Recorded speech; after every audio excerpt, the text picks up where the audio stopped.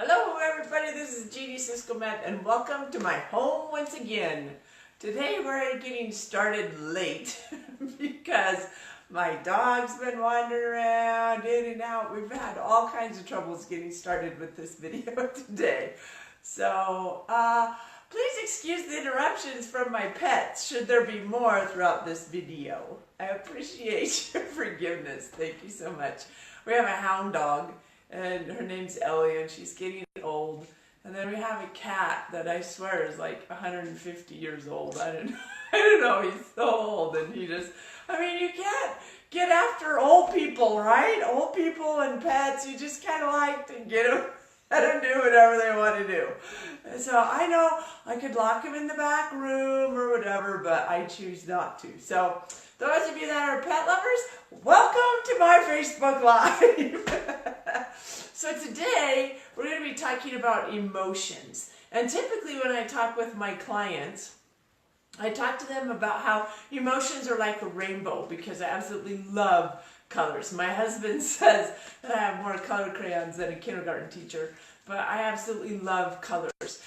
And in fact, I have a special shelf in my bedroom that is dedicated to color Crayolas and markers and all kinds of stuff just to color. I have a couple coloring books and I just love it. So I liken emotion to rainbows. And think about the rainbow and how bright and vivid it is, how beautiful it is. I'm looking out my window because we get rainbows out there sometimes. I know you can't see it, but I can. And so the rainbow has all these colors, and sometimes you have kind of a faded rainbow, sometimes you have a really bright, vibrant rainbow. Well, the same is true with emotions. And sometimes you feel them in different and varying degrees. When I was raised, we were only allowed a few emotions that I can remember. And we were allowed anger and we were allowed happiness. And so my rainbow only had two colors. And then as I grew, and I met my incredible husband, Lawrence, he started teaching me about all the colors, aka all the spectrum of emotions that there are in this world. And I am so grateful to him for him teaching me about emotions and how to feel them, because the more I allow myself to feel pain, the more I can feel love. The more I allow myself to feel other emotions, the deeper the happy ones feel. Because anytime you stop yourself from feeling any type of emotion, you stop all of the emotions. The other day, my son Max was having some difficulties with emotions. And I was explaining it to him in the rainbow analogy. And I said, Max, just think if somebody gave you glasses and you went from seeing only a two-colored rainbow to this multicolored rainbow, would you ever give the glasses back? And he's like, well, I don't know. So he wasn't quite understanding about the rainbow analogy. So I came up with a new one, and I thought I would share it with you today as well. And it's called containers. Okay? So let's say that your emotions are contained in different containers. Now I know that each one of these is not exactly the same size or anything like that. First of all, I'm not an artist. But second of all, there's a reason for that. Let's label some of these containers, okay? I have happy, and I have sad, and I have calm. Did you know that calm, it can be an emotion? And I also have, let's say, frustration.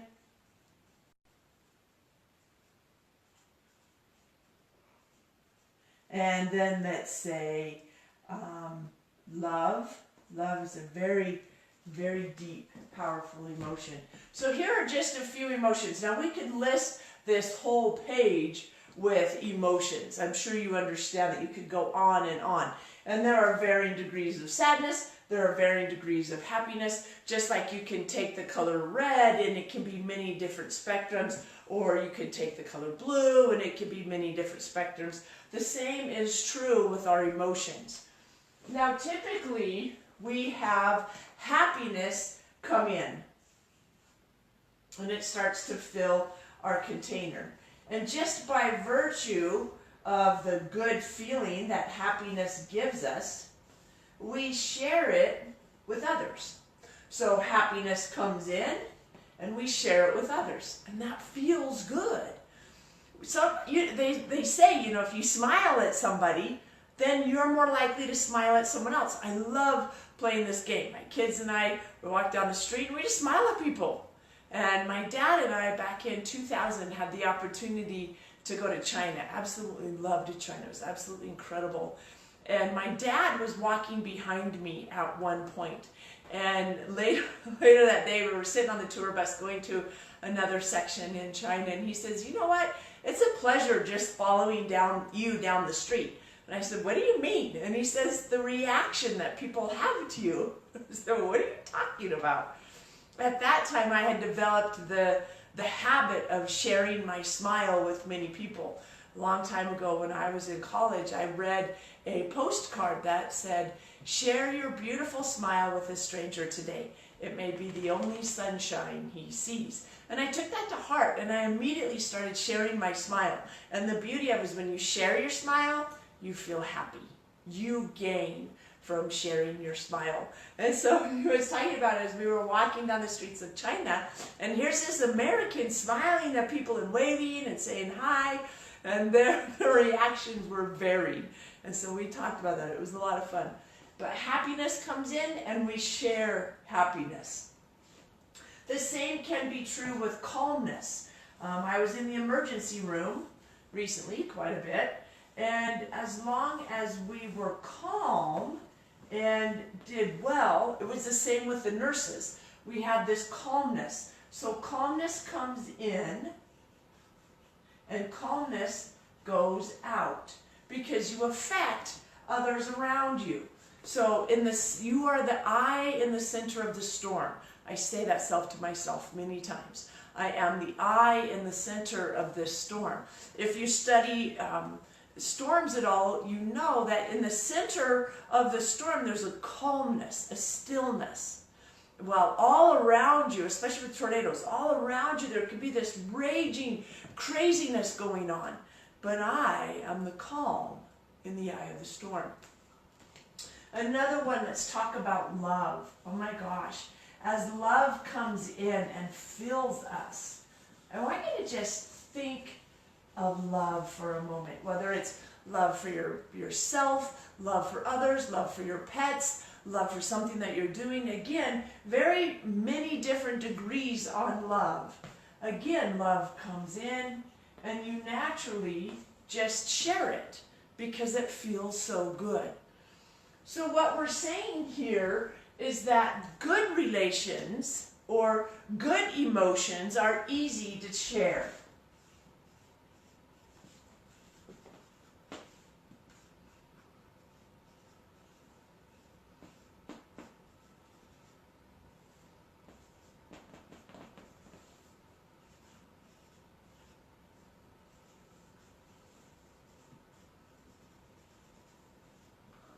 Okay? So good emotions flow with ease to others. Now, let's talk for a moment about some of the negative emotions. Negative emotions are where people get hung up, typically in day-to-day society. There are certain societies where the negative emotions are shared very freely, and they can cause a lot of pain, and that becomes the norm. And then they need to learn how to share and understand happy emotions. However, most of especially our country, most of our country deals with happy emotions quite easily. Whereas the sad or the negative, we typically would call them negative emotions, but they're emotions. All emotions are good. They're signifying something. So I don't necessarily want to call them good or bad, but they're definitely positive or negative. They add to or they subtract, okay?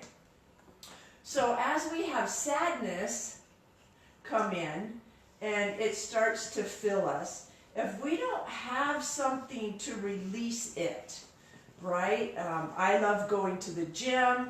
I love going for walks. I like to journal. I like to talk to a friend. So those are some of the techniques that I use to deal with sadness. But if you have not learned how to deal with sadness, you see that your cup can fill up. Just in day-to-day life, things happen, right?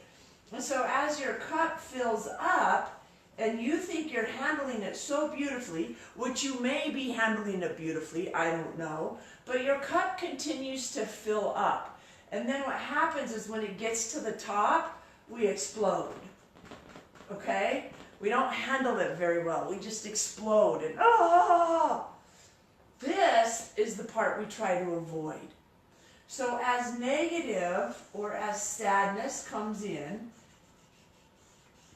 you've got to learn how to express it out, not on other people. There are many different techniques. A few that I can give you here. We talk about it quite extensively in my 3-day training, but here a few that I can give you are ones that I've already told you. I love to go for a walk. I love to go to the gym. I love to journal. Okay, those are some things that you can do. I feel sad because, and then just let those emotions flow. Then if you want to, you can either tear that out and throw it away or burn it and get rid of it, or you can keep a sadness journal where you allow yourself to pour out all your sadness. I like to get rid of that energy, okay, because I want it gone and away. I want it out. I don't want it around. Everything is energy, and wherever that attention flows is where that energy goes. And sometimes it's appropriate to have sadness, and sometimes it's not. So I'm going to let you be the judge of that. I don't have time to go into all the parameters, but just know there are some, you can research it. I have some podcasts on it, and especially my 3-day event, okay? Now let's talk a little bit about frustration. Frustration happens when things don't go your way. You are standing in line at the bank, or you're in rush hour traffic, or, right? You've done something 3 or 4 times and it's still not moving forward. Can you feel the frustration building inside of you? I can. And again, the same thing happens. All of a sudden, you're totally full of frustration. And what happens? You explode. You blow up. Because it keeps coming in. And you have to learn how to let it out. Some of the techniques with frustration are declarations that I use. One is, I am the calm in the eye of the storm. I create my life. I create my atmosphere. From my fingertips in, I am responsible. I know that I can't control the fact that the freeway gets clogged up at 8 o'clock to 9 to 10 in the morning, or rush hour in the afternoon. I can't control that. However, I can control what time I leave for work and what time I leave work to go home. I used to commute to work every day. I was a high school teacher for 17 years. And so I would get to work early and I would leave late just to avoid rush hour traffic. So I didn't have to sit in traffic and not feel productive. The other thing I started doing was carrying audiobooks in my car so that I could learn as I was traveling. And that helped me release that frustration because I like being busy. I like being productive. Let me rephrase that. I like being productive and getting things done. And so that is, you have to release them. Okay? So we'll say negative.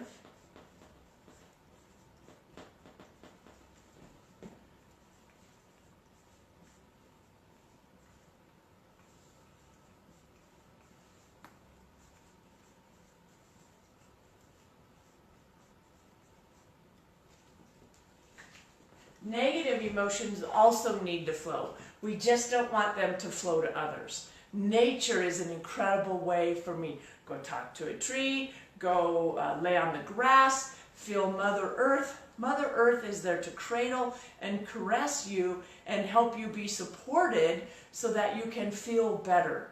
Release your negative emotions. Let her cleanse it and clarify it, clean it, and give it back. Okay? I want to thank you so much for joining me today. I hope you got some good information from this. I want to invite you to check out more. I have a YouTube channel. I also have a podcast. I have a newsletter. Let me know if you'd like to get on my newsletter list. Thank you so much for joining me. Have an episode.